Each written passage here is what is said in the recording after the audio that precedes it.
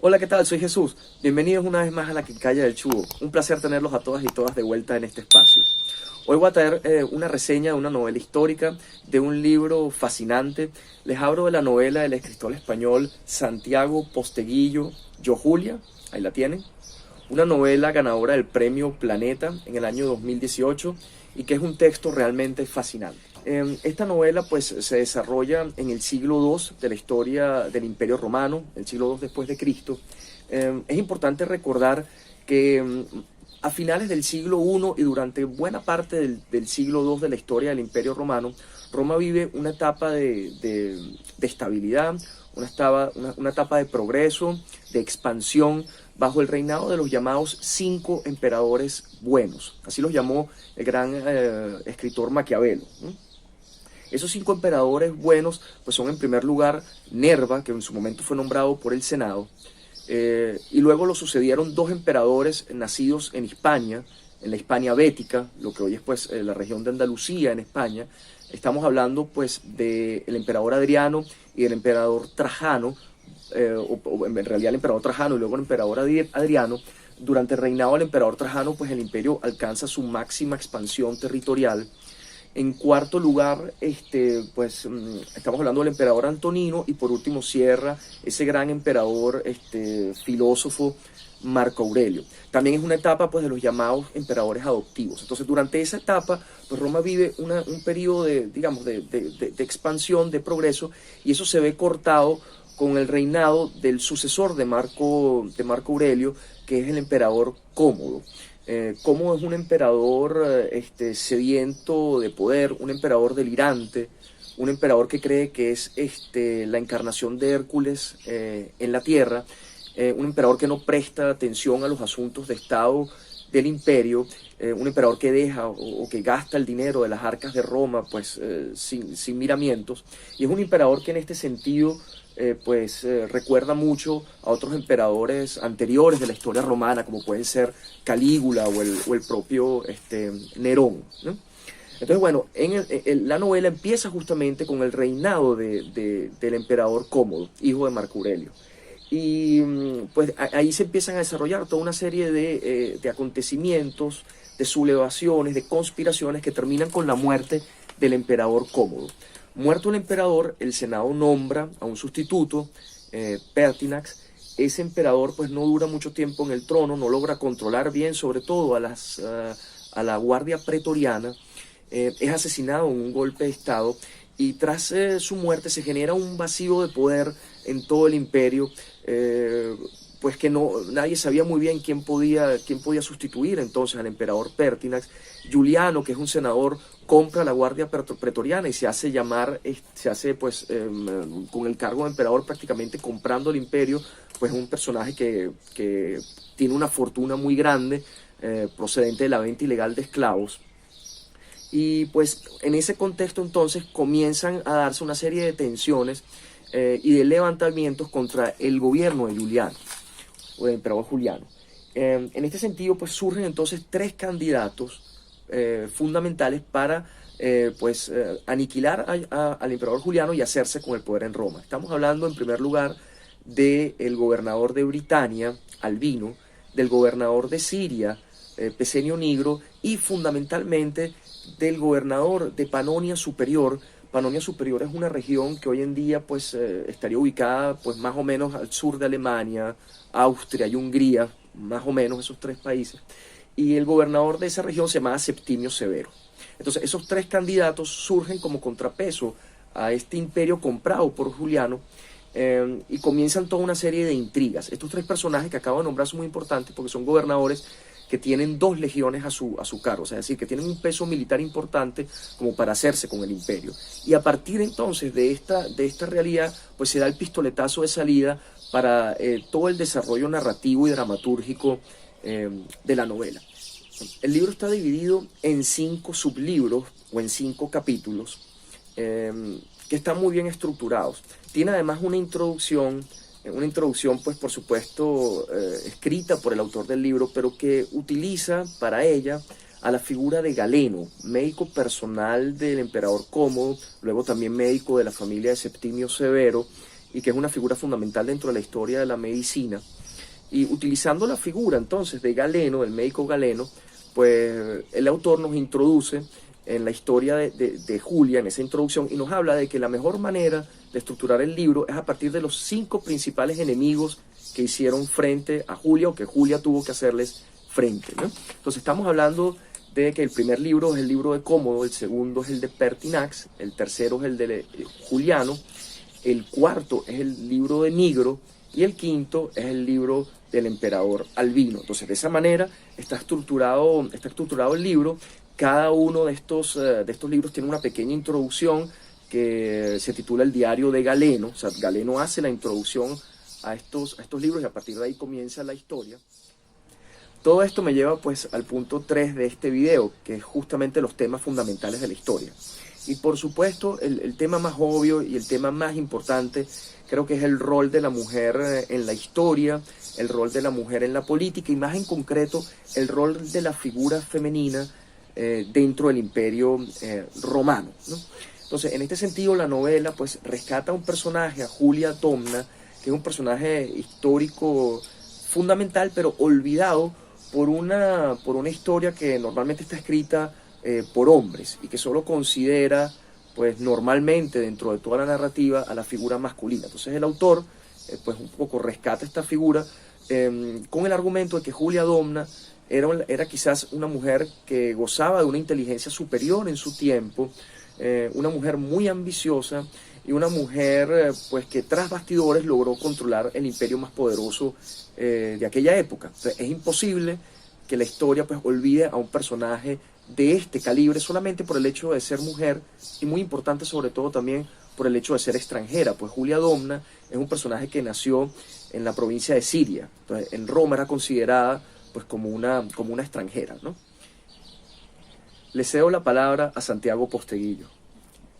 Pero la historia, ya se sabe, ha sido, al menos hasta ahora, la historia de los hombres, centrados siempre, historiadores primero y luego novelistas masculinos, en documentar unos y en recrear otros las vidas de grandes personajes históricos, únicamente el género dominante durante siglos.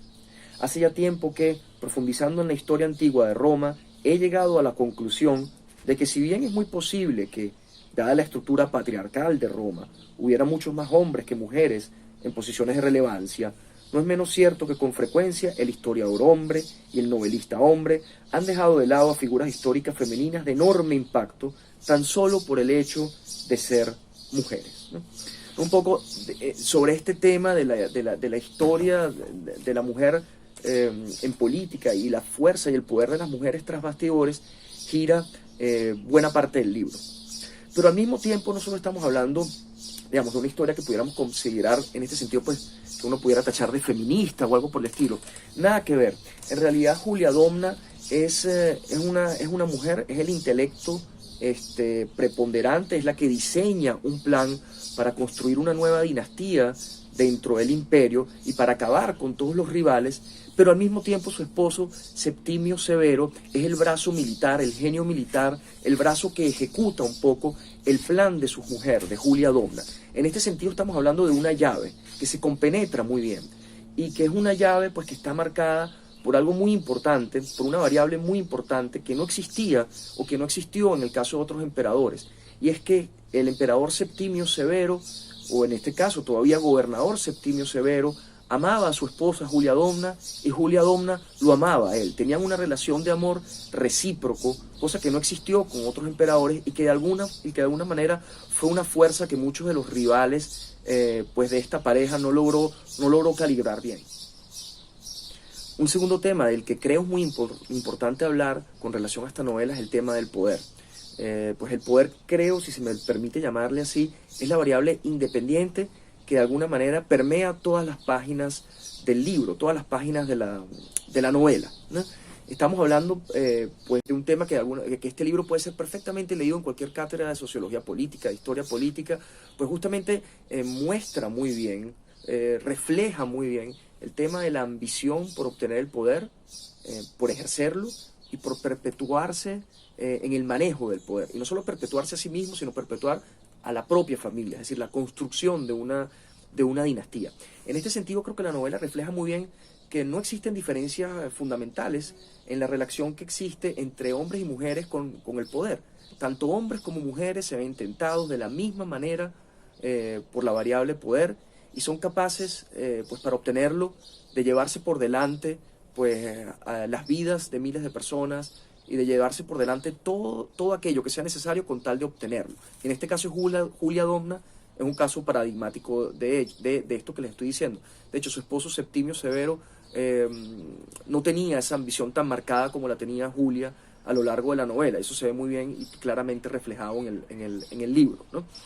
Aparte de eso, por supuesto, y relacionado con el tema del poder, se ve muy claro, por ejemplo, las consecuencias también del ejercicio del poder. Por ejemplo, Julia es una mujer muy exitosa en la vida pública, pero al mismo tiempo es una mujer, y se ven algunas páginas del libro, con carencias afectivas muy importantes, por ejemplo, con relación a sus hijos. Se ve que el trato de ella con sus hijos es áspero, porque ella los quiere preparar justamente para ser emperadores. Entonces no es un trato maternal, no es un trato afectivo, es un trato pues más bien áspero, y ahí se ve claramente el reflejo de ciertas carencias afectivas ocasionadas justamente por esta ambición eterna de poder. Aparte, pues por supuesto que se ve todo el tema de la corrupción, de la compra de almas, asesinatos, etc., ¿no?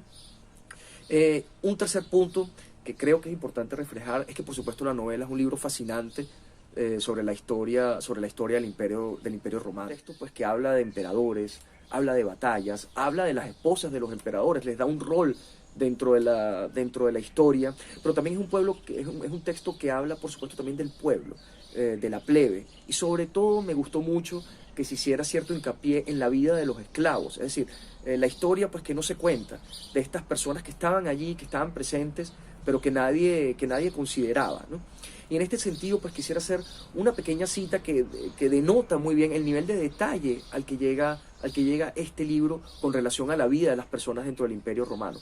Voy a la página 86. Ahora le doy la palabra a Calidio, atriense, esclavo de la familia de Septimio Severo. Calidio abrió los ojos mientras seguía repasando su plan. En cualquier caso, el precio de un esclavo sano varón podía oscilar entre los 1.200 y los 2.800 sestercios. Una mujer costaba menos, en torno a los 700 si era joven. Alguna particularmente hermosa podría costar algo más, pero por lo general los varones fuertes eran los más caros, eran los que más y mejor podían trabajar, ya fuera en el campo, donde las labores eran más duras, o en la ciudad. Entonces el libro llega incluso a este nivel de detalle, cuánto costaban los esclavos en un mercado en Roma, y luego también se explayan estos detalles en otras ciudades y en otros contextos distintos a lo largo de la historia. Entonces, bueno, en este sentido pues ya llego a la última parte de mi reseña, es decir, mi opinión sobre el libro. Es un libro maravilloso, es un libro fuerte, un libro sólido, es una historia perfectamente contada, bien narrada. Santiago Posteguillo es un escritor que realmente escribe muy bien, hace que personas como este servidor, que no tienen conocimientos exhaustivos del Imperio Romano, pues entiendan muy bien pues las principales variables en juego, cómo estaba organizado el Imperio Romano, la historia del Imperio Romano. En este sentido, pues el lector aprende de historia, aprende de personajes, de emperadores. Y por otro lado, tengo que decir también que es un libro que, pues cuando uno lo ve, pues digamos, es un libro que tiene cerca de 700 páginas, pero es un libro que se lee maravillosamente rápido. Es un libro que, pues, uno lo devora, uno perfectamente creo que lo pudiera leer en una semana si dispone del tiempo y de la tranquilidad para hacerlo. Entonces, es un libro que realmente lo recomiendo. Insisto, Santiago Posteguillo, Yo Julia, libro maravilloso, un escritor realmente ágil con la pluma y que nos enseña mucho sobre la historia de Roma, sus principales emperadores y precisamente lo más importante quizás sobre la historia de la gente y de ese imperio eterno. Hasta aquí lo dejo, no me enredo más. Espero que te haya gustado este video. Si te gustó, dale a like. Suscríbete a mi canal de YouTube, suscríbete también a mi canal de Instagram. Ahí pues intento postear fotos de las principales citas o de pasajes de las novelas que más me gustan. Y por supuesto, dentro de mi canal se vienen más videos de novelas. Espero pronto estar reseñando la segunda parte de esta historia. También se vienen reseñas de coleccionables. En fin, queda mucho material por revisar. Entonces, bueno, como siempre te digo, no importa en qué parte del mundo te encuentres, espero que mañana puedas tener un bonito día. Seguimos en contacto por este espacio. Muchas gracias.